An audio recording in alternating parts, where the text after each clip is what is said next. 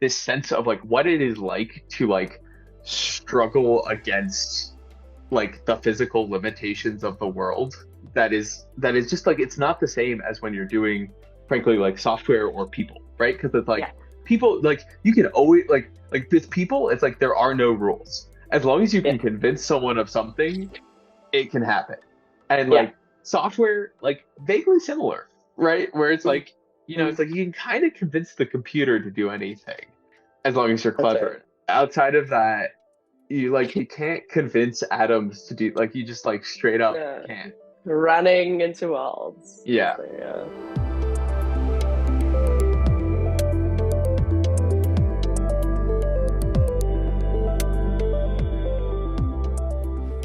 Hi, everyone, and welcome to another episode of the DeSci Podcast. Today, I'm speaking with Ben Reinhardt. Ben has spent the last years building PARPA, a private research institute modeled after ARPA, the US government's Advanced Research Projects Agency. Ben's organization has now been launched as Speculative Technologies. For this conversation, I wanted to focus on a piece of Ben's writing titled Grants Only Go So Far. The piece addresses some limitations of grants, at least if they're seen as a structural solution for speeding up innovation. We discuss what Ben sees as the illusion of change in reforming science, whether too much of meta-science coverage underrates the role of institutions, and how the difference between small and large grants is not only a numbers game. Without further ado, I hope you enjoy our conversation. So Ben, for this conversation, I particularly like to speak about a post you wrote titled Grants Only Go So Far. As the title Oh. suggests, the piece addresses some limitations of grants, at least as if they're seen as like a structural solution, say, for speeding up innovation. We'll discuss those limitations, I hope, but also use the piece as a springboard into like broader meta science questions that the piece in my read at least was like getting at. So first off, what struck me in this piece was a certain emphasis on the character traits of funders that are required for effective science efforts, like put your money where your mouth is, go out on a limb for promising individuals, and so on. So on the theme of cultivating effective innovation enablers, what would you say are some of the characteristics of good funders? And are there like historical examples that particularly come to mind for you of Uh people that embody these like progress enabling virtues almost? yeah. Actually, can I just like answer the latter? I think Yeah, like let's yeah, let's go go for it. from the specific and maybe like pull out some traits. But so I think like Warren Weaver is like the like one of if we're thinking about funders. So if we're thinking about like funders in the like grant sort of sense, right? So I'm like putting aside funders who are doing things kind of beyond grants. So like we're putting aside um like JCR Licklider and Ivan Sutherland and like DARPA PMs because I would say that they're different in a sort of structural way. But like of the people who like work are kind of like the funders that we have now, I think Warren Weaver is um I think I'm getting his name right. The like the Paragon. And he was at the Rockefeller Foundation in the, I believe, the 30s through the 60s. And he's basically responsible for molecular biology becoming a thing. Um, and so uh, he he basically sort of noticed that there were a few people who were starting to apply physics ideas to biology, and he was like, oh, like this could become a thing. And so he he started funding these various different efforts, and he turned around and to like went to the board of the Rockefeller Foundation. He was like, hey, if we're going to do this, we need to do it right. And if we're going to do it right, we like you need to put a lot of money into this, and you're not going to see any results for at least 10 years, and you're not going to see any impact for like 20 years. And like you like and he like went to them, he's like, you need to commit to this, right? Like you need to commit to this 20-year journey to make this happen. And like so he one found like and he went and he like found people that he trusted and like funded them for this long duration. So Nice. like I think some things that we can see there are like one, he like didn't need a whole lot, like he sort of put his faith in the people doing the work. Two, he kind of like committed to it for a long period of time. And three, kind of like acted like a the can I curse on this? Yeah, absolutely. Yeah, he acted like a shit umbrella. Um, which like so he turned around and went like, it's like there's always a bigger fish, right? So like he turned Yeah, around yeah, and yeah. went to like the board of the organization and like went to bat and was like, look, like you just need to like chill out for 20 years. Yeah. So anyway, so that there's a story that I think sort of like hints at what makes good funders. How many people, like key decision makers, did he actually have to convert or like manage throughout those 20 years that like actually kind of Yeah, like had the the strings in their hands? Like they could have like kept the yeah. program and did not. I that's a good question. I don't know the exact numbers. Yeah, I don't yeah. know how many people were on the Like board. it wasn't like an assembly of like dozens of people. It was like a few like I, key people. yeah, I think it was like on order dozen. Like Okay. but Yeah, yeah, like this is we have reached the limit of my knowledge. I don't know exactly how yeah, many people. yeah, yeah.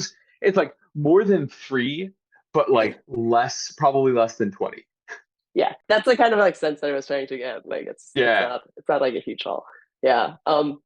How would you then say like supporters that are interested in kind of like coming up with new grants initiatives nowadays might like work on themselves before working on the world? Say, like what is the shift of traits and worldviews then that to you would enable actual change in like the Weaver-esque way? Yeah. So, can I ask just like a clarifying question in the sense of Absolutely. like who are we who are we talking about? Are we talking about like some billionaire who wants to start a like start doing philanthropy? Are we talking Yes. about someone doing like micro grants? Like what sort of person are we talking about? I would especially be interested in the ones that are actually looking to not only set up like a micro grant program, or if they are, it's not like a side project. It's more like oh, they want to like deploy big amounts of capital throughout like the Yeah. next few decades. Like it's a long term kind of thing. Yeah. So I would say I like mean, the tech billionaires, especially. Yes. yeah. Um, I think part of it, like how to like I don't know how to I think there's this mindset shift of sort of needing to understand the either needing to like really be okay with trusting someone who understands like the time scales and sort of what good research looks like, uh, Mhm. or like learning to recognize that. Yeah. Um, that it's just like I don't. It is not. It's not like a failing to understand that. It's just like this. Mhm. It is like a type of knowledge that you can't immediately have. And Mhm. so I mean, the issue that I see is that there's a lot of people who uh, are extremely successful in startups and business, and there's a certain mindset that makes you very good at startups and business, and that I admire the crap out of that. But that same mindset, when applied to research, Mhm. um, tends to be an issue. And so Yeah. so I think it's like that sort of like mindset shift, like almost like is it like I don't know quite what to say. Like it's like either building up research taste or Yeah. being like really okay with like actually delegating, of like Yeah. pushing the decision level down to someone who does. Um, Mhm. Yeah. Yeah. Yeah. because what uh, like because like the failure mode is that someone either like one is like, oh, like the pitch for this research just like Mhm. I'm not excited after 30 seconds. And like Yeah, that's yeah, that's perfectly reasonable when we're talking about startups. It is not hmm reasonable when you're talking about like actual research. Um, exactly. Yeah, and then similarly, like, oh, you like, it's like you haven't been hitting your milestones, we're gonna cut your funding. Again, completely reasonable when you're running a startup. It's just a very different situation when like depending on the flavor of the research yeah, yeah, is yeah. So is yeah, that that's sort of it. This is very hand wavy, but like maybe it's like the thing to do is just like hang out in some research labs. yeah, Like really like it's like there's a bunch of researchers, like very good researchers who probably love to have like random interested uh tech people who are interested in funding researchers like come hang out, like understand what the process is like. yeah, And yeah. like And to build yeah. that, like I feel like a lot of the getting scientific taste has to do with like just spending time out in the wild, like kind of being among It, people and like gathering all that tacit knowledge that is like not being yeah, put down. exactly. I Totally. mean, like, I think the best way to do it is doing some research yourself, because then like you just like there's this thing that like that's hard to replicate of like this sense of like what it is like to like struggle against like the physical limitations of the world. Yeah, um that is just like it's not the same as when you're doing frankly like software or people, right? Because it's yeah, like people like you can always like with people it's like there are no rules. As long as you yeah, can convince someone of something, it can happen. And yeah. like software, like vaguely similar, right? Where it's like Mm-hmm. it's like you can kind of convince the computer to do anything as long as you're That's clever right. enough. But like Yeah, yeah. outside of that, you can't convince atoms to do like you just like straight up Yeah. can't. Running into walls. Yeah. Yeah.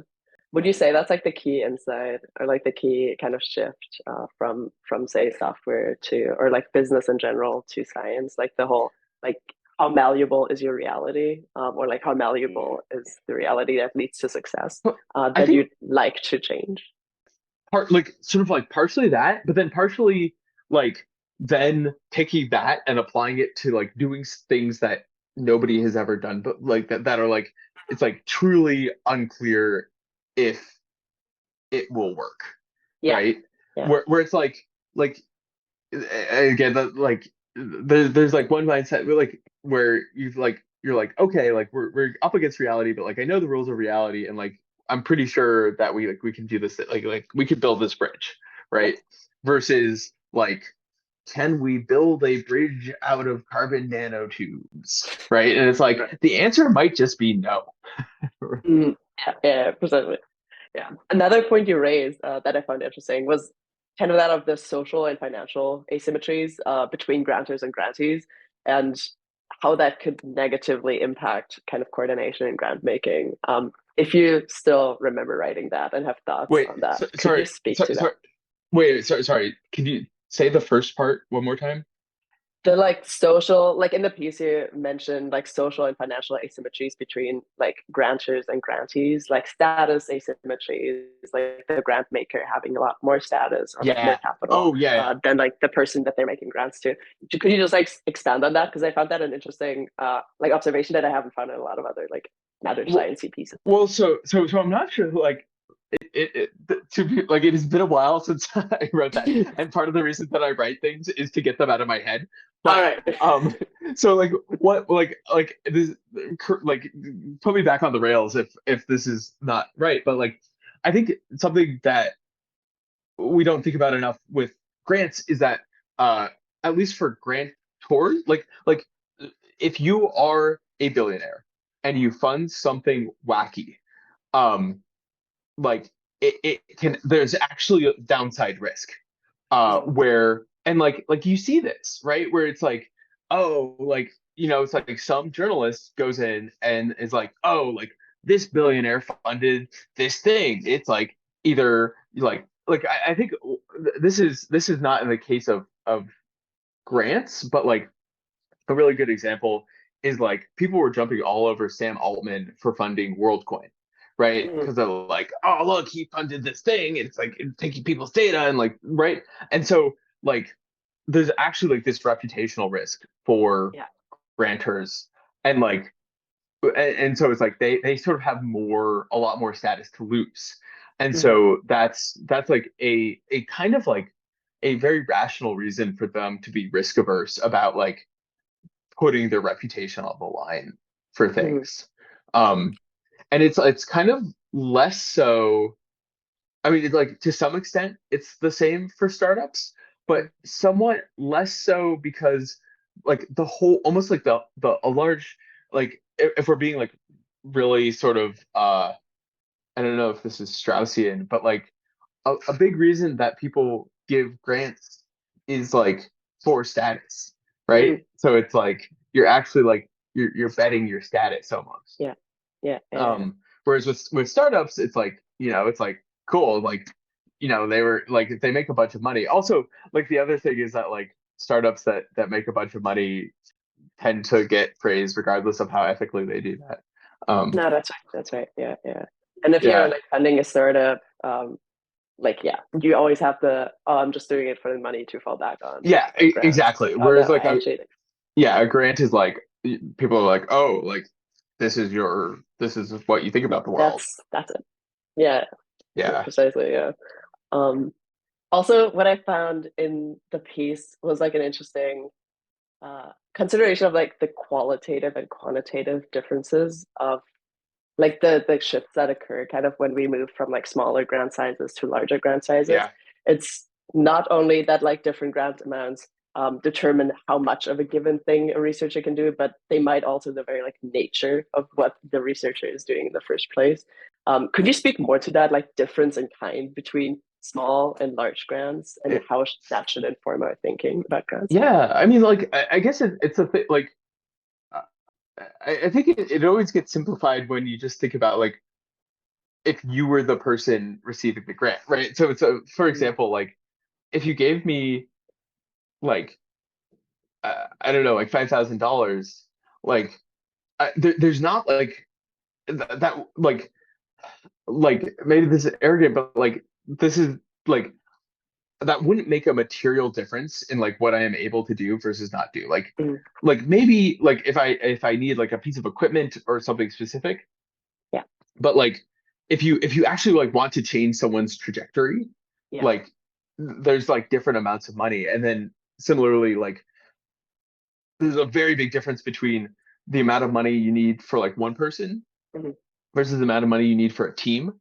And like and it's like even bigger, it's like even bigger than like just literally the amount of money, like just like take some salary and multiply by X. Because once you have a team, then you're like responsible for the team, and you're not just like when it's yourself, you could be like, all right, cool, like I'll go out on like I'll go take a risk.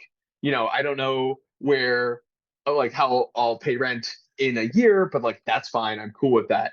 It Mhm. is very hard to have a team where you're like, hey, I don't know how all of you will pay for rent in a year, Mhm. right? So Mhm. it's like so the money doesn't just buy like things going on in the present, but like it changes like how people see the future. Yeah. And like if like and you'll do very different things if like, oh, if we don't like get more money, like we're gonna need to get more money in a year, Mhm. then you'll like target things that can get you more money in a year Fair. versus if you're like, oh, we don't need money for another 5 years, you'll target very different things. Mhm. um Mhm.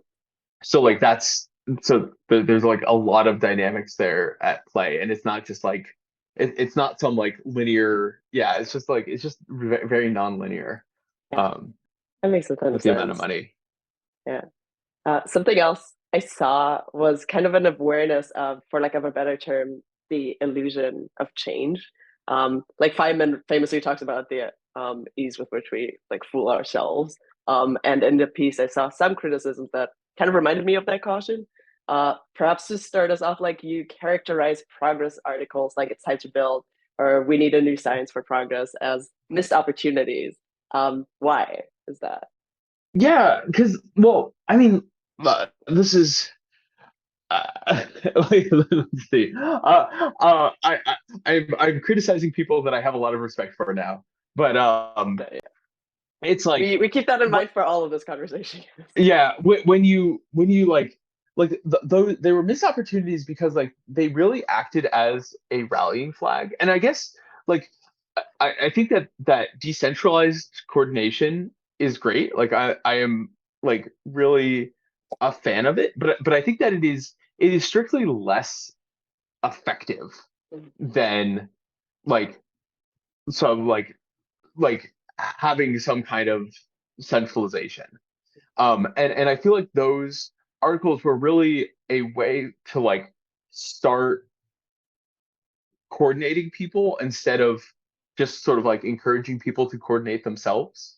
Mhm, Um, and so I feel like there could have been a lot more that came out of it, right? mhm, Where it's like and like but like to be fair, like that like probably wasn't the intention, right? The intention was to like give a whole bunch of people like encouragement to sort of like go in many different directions and like yeah, just like in some like general direction. I guess like that's really it. It's like is it like a focused like right. is the like energy that's unlocked by a call to action like that, is it focused or unfocused? And like all the energy that came out of that was unfocused, and I feel like Mhm, there was a missed opportunity to focus that energy more tightly, yeah, but yeah, like that's a choice that's a choice, right?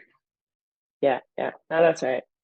Um, there's kind of a connection to that, and I would say like counterfactual impact, which is something that I feel like you portrayed DARPA to have really done in like research management in general. It's like I will actually quote you.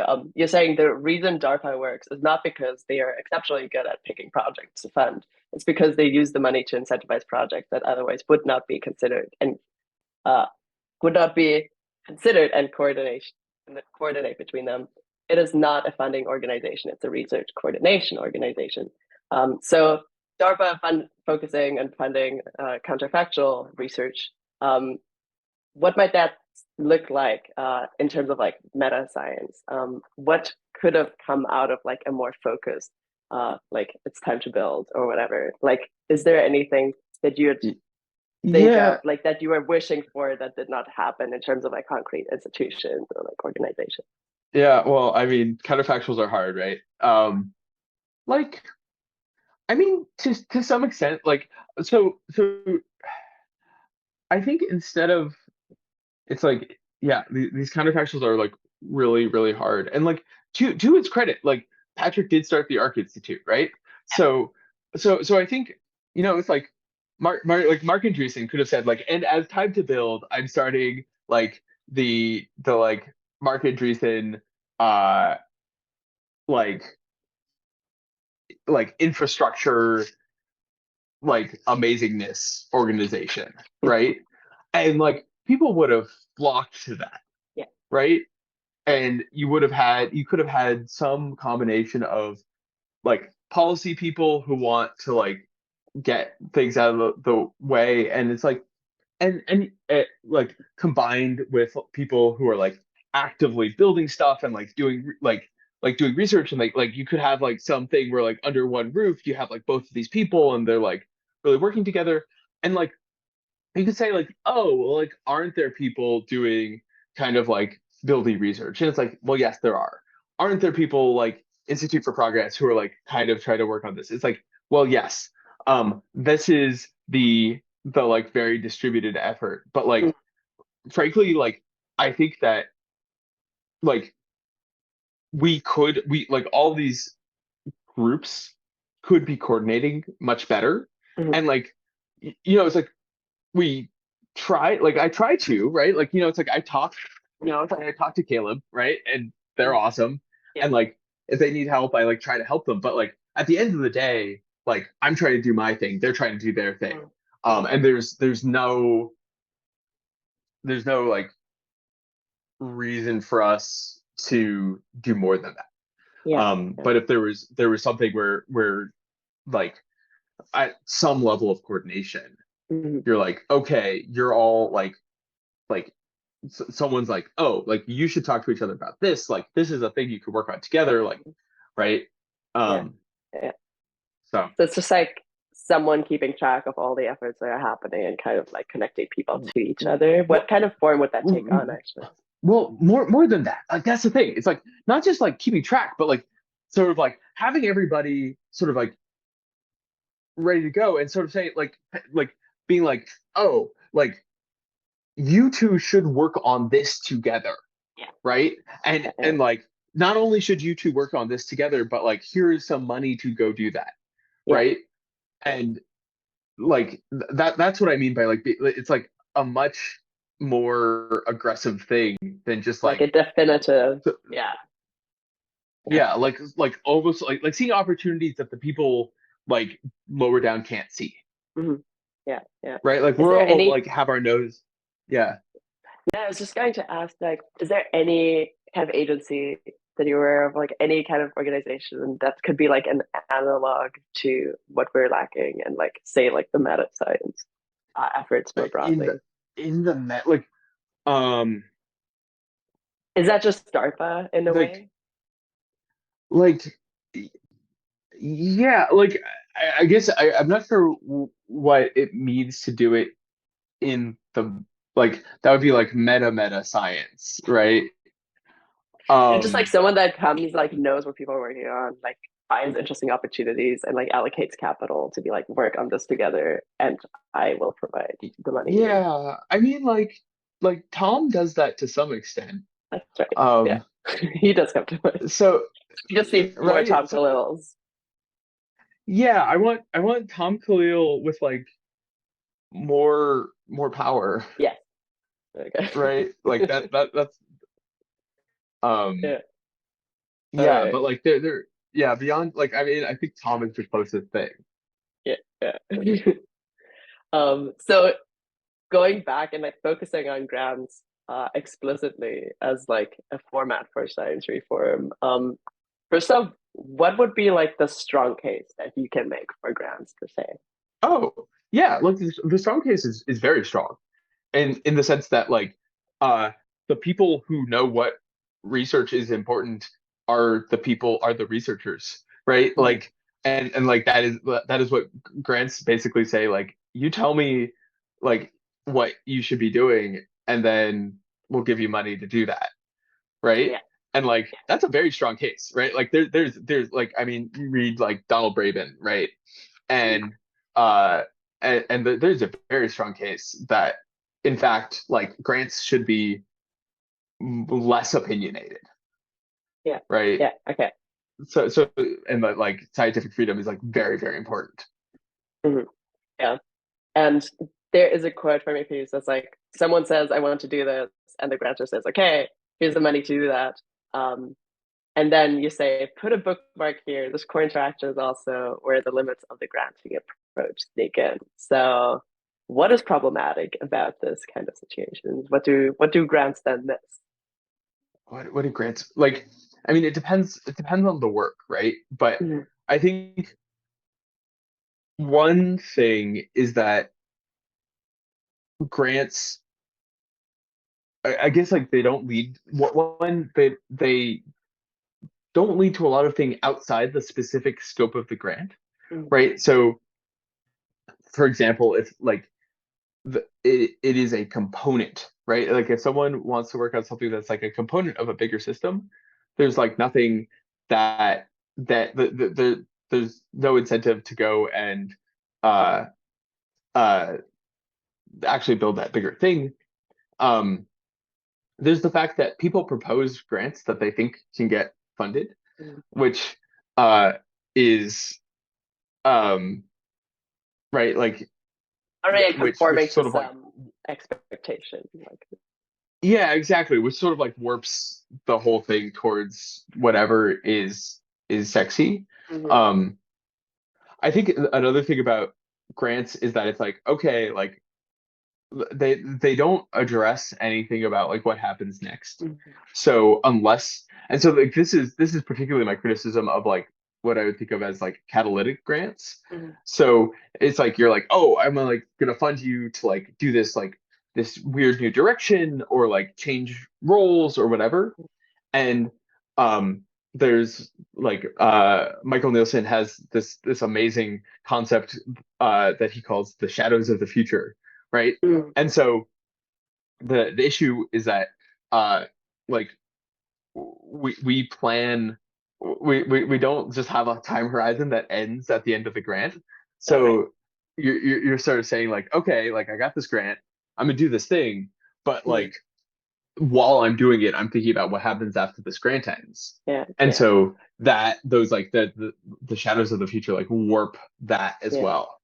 Yeah. Um We're back of thinking of how to pay rent and how to pay for yeah, it for the entire team. Yeah. yeah, exactly. Yeah. If you'd have to like come up with a like sympathetic and maybe a more like critical interpretation of why grant making programs have proliferated like they have like in the last few years, Yeah. what might they be? Oh, I mean, it's like it's easy, right? It is like like A, it's easy, and B, nobody ever got fired for doing grants, right? Yeah. Like it Sorry. is, it's I'm thinking of like some recipe, but it's like ordering pizza, right? Like nobody's ever gonna get mad at you for ordering pizza. Right. And so like grant like with grants, you basically like you don't need ideas to have grant to do a grants program. You just say like, look, I don't have any ideas. I have some money. Come give me some ideas. I'll give you money. Great, easy peasy. You don't need to have ideas, and you don't need to decide on an opinion a priori. Yeah. Yeah. Um, you just kind of get to sit there and like, and so like, yeah, like that's the like cynical take. Yeah. Um, and also just like everybody, and then also it sort of is very justifiable, right? Because you then say like people like, hey, come justify your thing to me. I can turn around and justify it to whomever else. Mm-hmm. Um, it's very like yeah.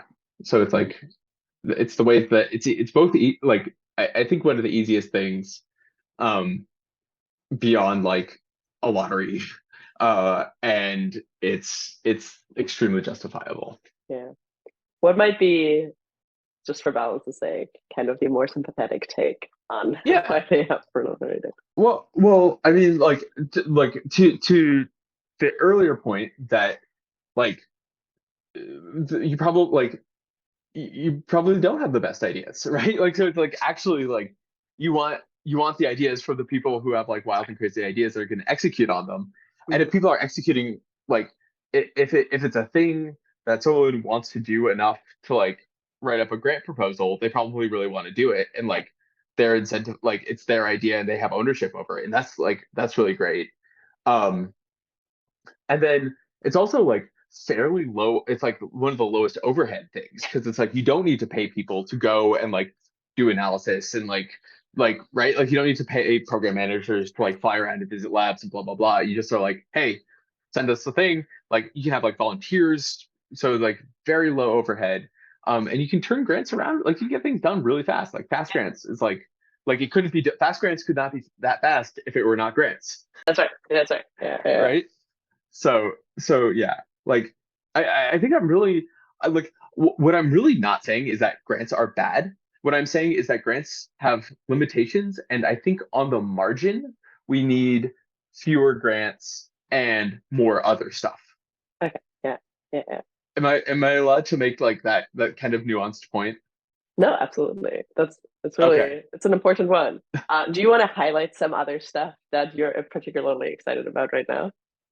Uh that I am excited about right now, like in the context of grants and not grants, or just like the And not world. grants, the like alternatives to ever more Oh, grant programs. well, Speculative Technologies is launching on February 15th. That's exciting. We're Yeah, doing we'll link we're like that down public. below. What's that? We'll just link that. I'm just saying, down below Yeah. too, and like the show notes Okay. and all that. Yeah. So that I'm excited about that. Um, Lovely. let's see other things besides what I mean. Like I'm like Convergent Research. I'm very Mhm. excited about what they're doing.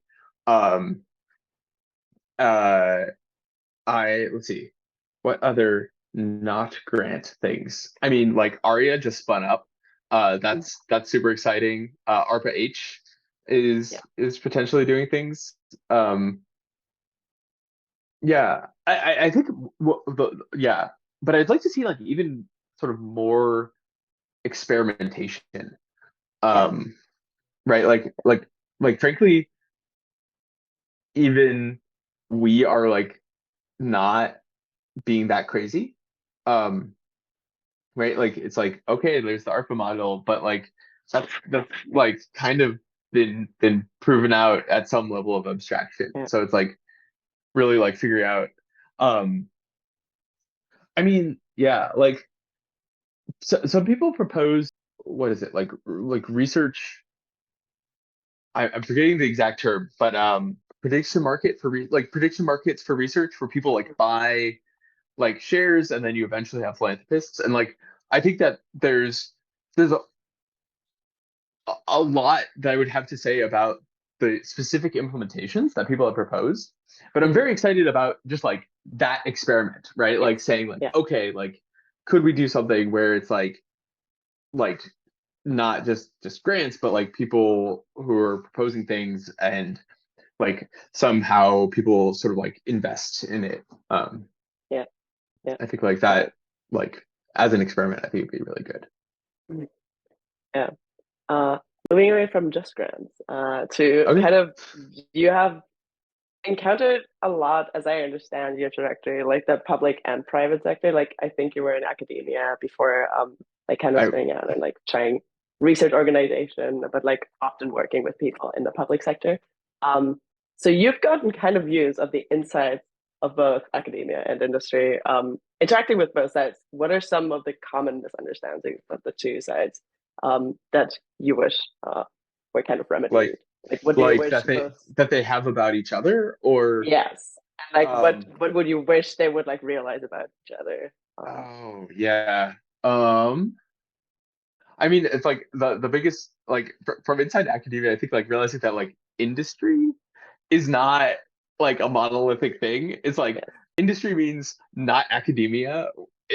Where it's like Everything. okay, like it's like there's a very big difference between like Yeah. a startup and a big company and like doing like engineering in a big company versus working in a corporate lab. So that's like that's one thing.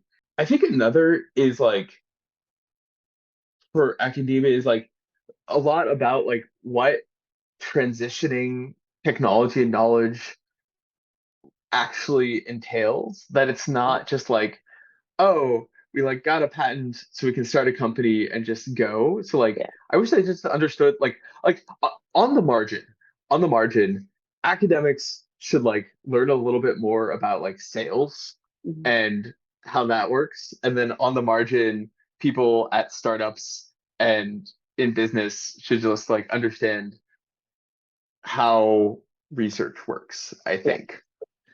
And Um, I think have like there been, that's a big one. yeah.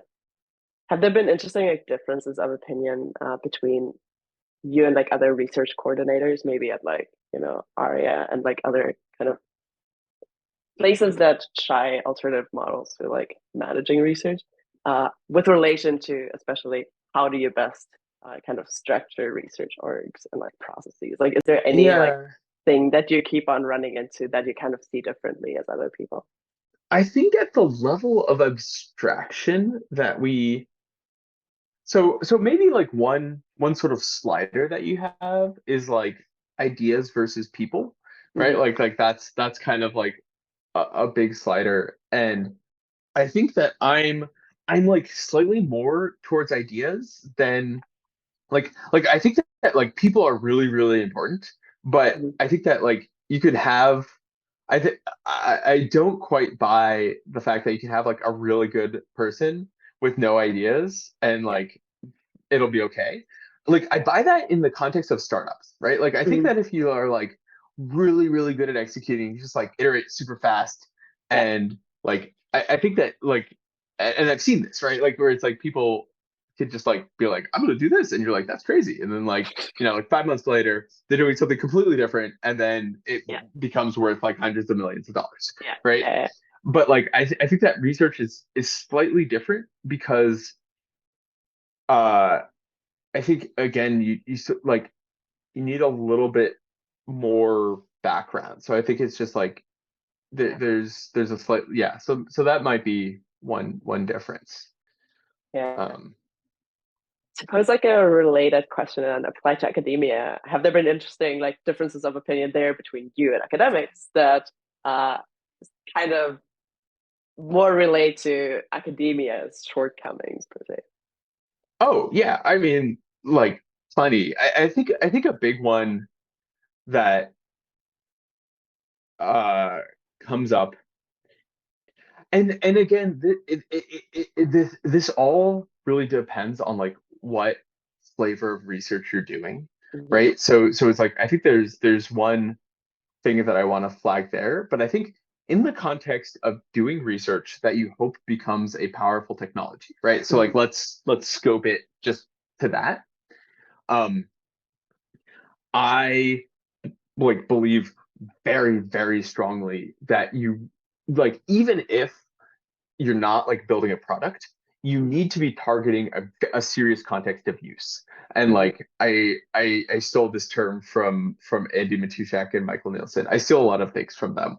Um, but that this idea that like this thing that you're making, like even if you don't like have a huge justification for it, you should still like be targeting like someone who is going to be excited about it, and Yeah. like you need that feedback loop because Mm-hmm. like I think that like frankly like most academic technology development actually does build things that are useless. Mm-hmm. um and the sort of like the way that you make something not useless is to like try like really be thinking about that serious context of use. Yeah. um and so I think like that's a big difference. And And it from yeah. Oh, yeah, so, continue. oh, the Sorry. one other sorry, the one other thing is also like, and this is just like I think this is like the whole game in when you're like publishing is that you want to be publishing something new, right? Like that's what the whole game is. Yeah. And what like I think that uh the irony is that building new technology often like a new getting a new thing out into the world often involves a lot of work that does not look that new, right? Where it's Yeah. like people are like, oh, like someone's already done this, you're just scaling that up, or like, oh, you're like putting these components together, right? And it's like Yeah. that's not really Yeah. that new, but like that's the important work. That's right. But it doesn't get you tenure. Um, Yeah. from your impression, what are the kind of Chesterton's fences that we should be wary about when we're thinking about reforming science funding? Like what apparently like burdensome processes might exist out in the world Oh. that actually serve like a valuable Yeah. kind Well, of like purpose. I think a big one for me is grad school. I think Okay. everybody uh sort of like uh, it's like I think in our community, a lot of people are like, oh, like you don't really need like why do you need to go to grad school? Like what's the point of that? But like I think that it actually does take like 3 or 4 years of working in a lab to actually like be good at like how do you think about research? Yeah. How do you do that planning? How do you deal with like the uncertainty of things not working? Like that training I think Yeah. is incredibly important, and you don't see that other places in the world, right? Like Mhm. this is what like everybody's like, oh yeah, like let's just get rid of the universities and like do research in some other organization. Yeah. And it's like, yeah, but like who's going to train the scientists? That's right. Yeah. um Yeah. and and so like I think that's the really big Chesterton's fence I'd point to. And I'm Yeah. not saying that like one must have a PhD to do research, but Mhm. I am saying that doing a PhD tends to build the skills that you need to do Yeah. research in a way that many other things don't. Yeah. It makes a ton of sense. Yeah. This is more like a question from like a humanities, not like me. Yeah. And this will likely not lead anywhere, but Okay. I have a degree in did history, so I can talk studying, about this. that's right. did studying medieval history actually influence how you approach like research management or really like anything in your career Oh going yeah, forward? absolutely. Like, I mean, Okay, uh, say more. yeah, I mean, I start with like, what's the history here, right? Yeah. This is like one of my complaints about sort of the tech world more broadly. I love all y'all to death, but it's like incredibly ahistorical, right? Where it's like nobody sits down and is like, and like and there's this tension here because like the only way you can do something that everybody thinks is impossible is by like kind of ignoring the Yes, fact that people have tried it and it hasn't worked. But at the for same sure. time, I think that there's like you can get a lot of knowledge out of like, okay, like this thing, what What have are the people tried? And precedents? Yeah, yeah, yeah, exactly. And I think it's also a really powerful way of like looking at trying to do something that people say is impossible, and you look at it like, okay, like why do they say it's impossible? What did people do in yeah, the past? yeah, yeah, um like why is this the way it is? And that can then lead to answers about like, oh, like, well, like this is what I'll do differently. yeah, um yeah. so No, I think just that, seeing yourself as like on a longitudinal thread seems yeah, extremely helpful. also just like looking at the history of things, like you can kind of like, I think that these patterns are useful where if it's like again, everybody can be an exception, but like the more examples you have of people falling into the same trap, Yeah, like should decrease your confidence that you can be the one that does not fall into that trap, right? yeah, yeah.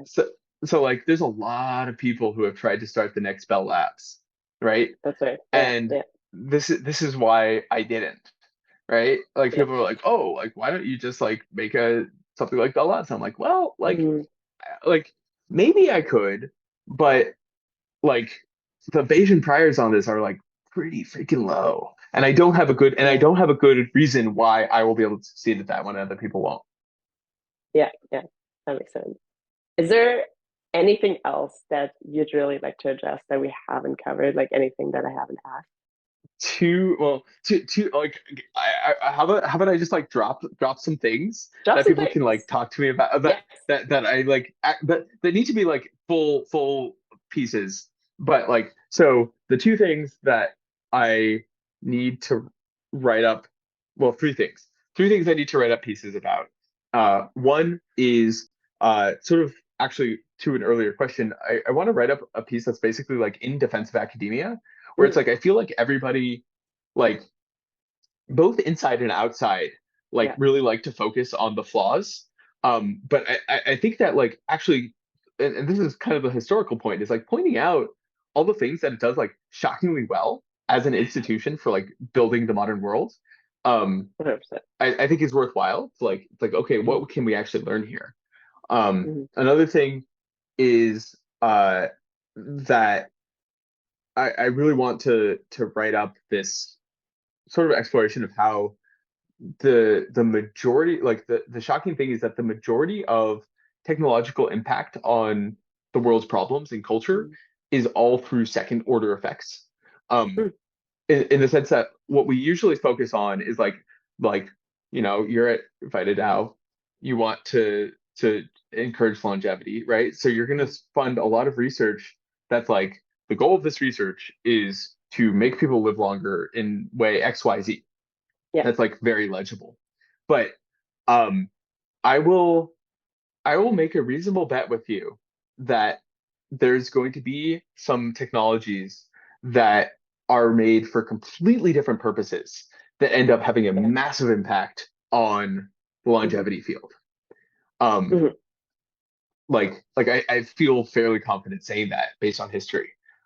Yeah. And Yeah. so, and I think that's very uh, under like people that's not intuitive and people don't act on that, right? So it's like, so, and Yeah. this is also actually a problem with grants. This goes right back to grants, where it's like grants are this mechanism of like, you need to justify to me why this work has to do with something that I care about directly. Mm, And I think yeah. Yeah. that is the mode of grants. Um, and Yeah. I think that, Before moving on, like, yeah, how would that actually look like actually acting on that awareness of, oh, this thing that I'm building might have second order I will effects. tell you exactly. So Love one of our theses at Speculative Technologies is that one, so like the second order effect is true, and that it's not like completely random. That there are technologies that tend to have more significant positive second order effects, and those tend to be particularly general purpose technologies, like especially in materials and manufacturing processes. Like that is so sort of saying like, okay, like you don't know, like obviously you can't know exactly what will have second order effects, but there's sort of like categories of things that tend to have more of these positive second order effects, right? Like you wouldn't think that like a lot of uh like new materials help with like health or something, Yeah. but turns out we use stainless steel is like pretty incredible for like increasing It's lifespan, like storing. right? Um, and or like figuring out how to do cool stuff with titanium Okay. or right like XYZ. But it's like we didn't say like, oh, let's invent stainless steel so we can make like surgical tools. No. So anyway, so that is how I'm trying to operationalize that. Yeah. All right. Um, And then there was a yeah. third thing, or The third thing, yeah. So the third thing is this like uh hypothesis about that like in very broad, like a very high level of abstraction, healthy research ecosystems look like a fractal combination of what I call like a bubbling cauldron of decentralized research combined with a mechanism for basically catalyzing strike teams, like very focused, directed strike teams. And so I will like leave it at that as kind of like a mystery about like how to it's a go good into more depth. cliffhanger. Yeah, exactly. Like read the piece when it comes out. All right, sweet. Yeah, we'll link your blog and all of that below too. I'm working on marketing. I'm terrible at marketing, so I'm like trying to be like, ooh, all the teaser. analogies are spot on. So you got that. Thank you. All right. Thanks so much for talking today, Ben. Yeah, you're welcome. Thank you. This was fun. Yeah.